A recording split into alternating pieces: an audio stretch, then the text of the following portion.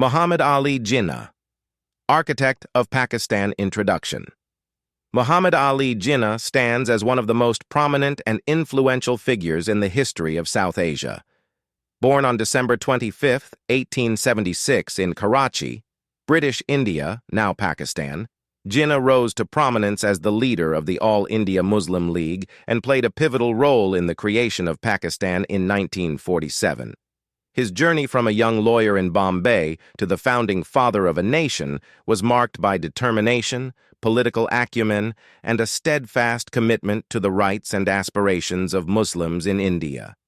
This biography seeks to explore the life, achievements, and legacy of Muhammad Ali Jinnah in detail, examining his early years, his political career, the struggle for Pakistan, and his vision for the newly independent nation. Chapter 1. Early Life and Education. Muhammad Ali Jinnah was born into a wealthy merchant family in Karachi, which was then part of the Bombay Presidency in British India.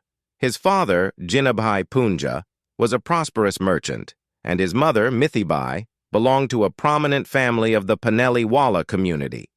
Jinnah was the eldest of 7 siblings and received his early education at the Sindh Madrasatul Islam in Karachi, where he displayed a sharp intellect and a keen interest in academics. At the age of 16, Jinnah sailed to London to pursue higher education, a journey that would significantly shape his worldview and political aspirations. He enrolled at the Lincoln's Inn to study law, where he distinguished himself as a diligent student and was called to the bar in 1896. His time in London exposed him to Western political thought and legal principles, which would later influence his approach to politics in India. After completing his legal education, Jinnah returned to India and settled in Bombay, now Mumbai, where he began his career as a barrister. His early years in Bombay were marked by his gradual entry into politics and his growing reputation as a skilled lawyer. Jinnah's proficiency in law and his advocacy for justice earned him respect among colleagues and clients alike, laying the groundwork for his future role as a leader of national stature. Chapter 2. Early Political Career.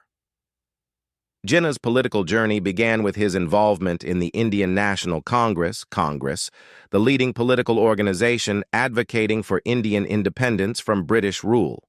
Initially aligned with the moderate faction led by Dadabhai Naoroji and Gopal Krishna Gokhale, Jinnah championed the cause of constitutional reforms and Hindu-Muslim unity within the Congress framework. His early political philosophy emphasized the importance of unity among Indians of all religions and backgrounds. Jinnah firmly believed in the principles of secularism, constitutionalism, and parliamentary democracy, which he saw as essential for the advancement of India as a nation. His speeches and writings during this period reflected his commitment to fostering a united front against British imperialism while ensuring the protection of minority rights. Jinnah's tenure in the Congress, however, was marked by growing disillusionment with its leadership and the perceived neglect of Muslim interests within the broader nationalist movement. As tensions between Hindus and Muslims intensified, particularly over issues such as representation and cultural identity, Jinnah began to advocate more assertively for Muslim rights and political autonomy. Chapter 3. Leadership of the All India Muslim League.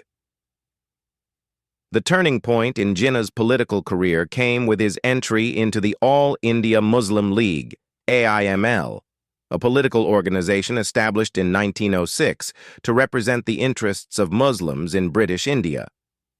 Initially hesitant to join a party based on religious lines, Jinnah was persuaded by Muslim League leaders like Nawab Salimullah Khan and Aga Khan III to assume a leadership role. Jinnah's leadership of the Muslim League marked a significant departure from his earlier stance within the Congress. He emerged as a staunch advocate for the rights of Muslims, arguing that they constituted a distinct political community with unique cultural, social, and economic interests that required safeguarding. His speeches and writings during this period articulated the need for constitutional guarantees to protect minority rights and ensure equitable representation in India's political institutions. Under Jinnah's guidance, the Muslim League underwent a transformation, evolving from a relatively moderate organization advocating for Muslim cultural and educational rights to a potent political force demanding separate electorates and political safeguards for Muslims.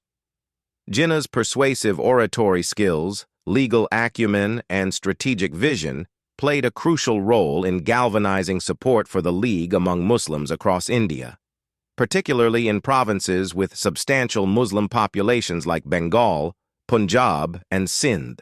Chapter 4. Lahore. Resolution and the demand for Pakistan.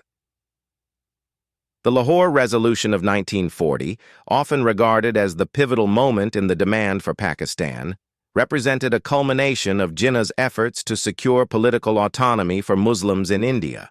Presented at the Muslim League's annual session in Lahore, the resolution called for the creation of independent states for Muslims in the northwestern and eastern zones of India, where they were in a majority community. Throughout the 1940s, Jinnah campaigned tirelessly for Pakistan, rallying support among Muslims and negotiating with British colonial authorities and Congress leaders to achieve his objective. His leadership during this period was characterized by pragmatism, strategic foresight, and unwavering determination to secure a homeland where Muslims could live free from the fear of political marginalization and cultural assimilation. Chapter 5. Partition and Independence. The year 1947 marked a watershed moment in India's history, as British colonial rule came to an end and the Indian subcontinent was partitioned into two independent nations, India and Pakistan. The partition was a direct consequence of mounting communal tensions and violence between Hindus and Muslims, exacerbated by British policies and the failure of political negotiations to find a common ground. As negotiations over the future of India reached a critical juncture, Jinnah emerged as the principal spokesperson for Muslim interests, negotiating with British Viceroy Lord Mountbatten and Congress leaders such as Jawaharlal Nehru and Mahatma Gandhi. Despite vehement opposition from Congress and Hindu nationalist groups, Jinnah's steadfast commitment to Pakistan remained unwavering, and he succeeded in securing a partition plan that established Pakistan as a separate nation on August 14, 1947. Jinnah assumed the role of Pakistan's Governor-General, becoming the nation's first head of state. His inaugural address to the Constituent Assembly of Pakistan on August 11, 1947, outlined his vision for the new nation as a democratic, inclusive state where citizens of all religions and backgrounds would enjoy equal rights and opportunities. However, the aftermath of partition was marred by communal violence, population exchanges, and the displacement of millions of people across the newly drawn borders, casting a shadow over the celebrations of independence. Chapter 6. Building a Nation. As Pakistan's first Governor-General, Jinnah faced formidable challenges in laying the foundations of a nascent state. The new nation was confronted with pressing issues such as administrative consolidation, economic stability, refugee rehabilitation, and the integration of diverse ethnic and linguistic groups into a cohesive national identity. Jinnah's leadership style during this period was characterized by his insistence on constitutionalism, rule of law, and democratic governance.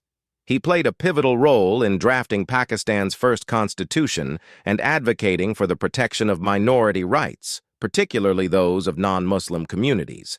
His vision for Pakistan emphasized modernity, progress, and social justice, and he sought to establish institutions and policies that would pave the way for the country's development and prosperity. Despite his failing health, Jinnah remained actively involved in shaping Pakistan's political and economic trajectory, overseeing key legislative initiatives and diplomatic engagements on the international stage. His speeches and public addresses during this period reflected his unwavering commitment to the principles of unity, faith, and discipline, which he believed were essential for Pakistan's emergence as a viable nation-state. Chapter 7.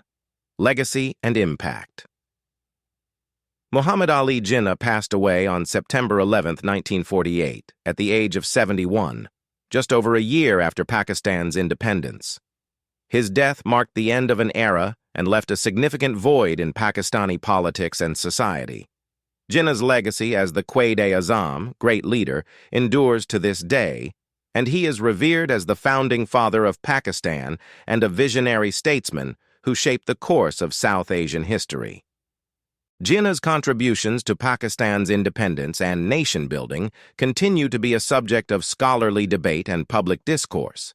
His advocacy for Muslim rights, his leadership during the Partition negotiations, and his vision for Pakistan as a democratic and inclusive state have left an indelible mark on the country's political culture and identity. In conclusion, Muhammad Ali Jinnah's life and career exemplify the ideals of perseverance, leadership, and commitment to principles.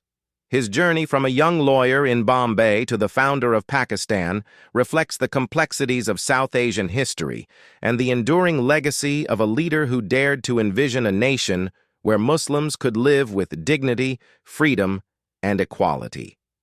As Pakistan continues to navigate its path in the 21st century, the principles and values championed by Jinnah remain a source of inspiration and guidance for future generations.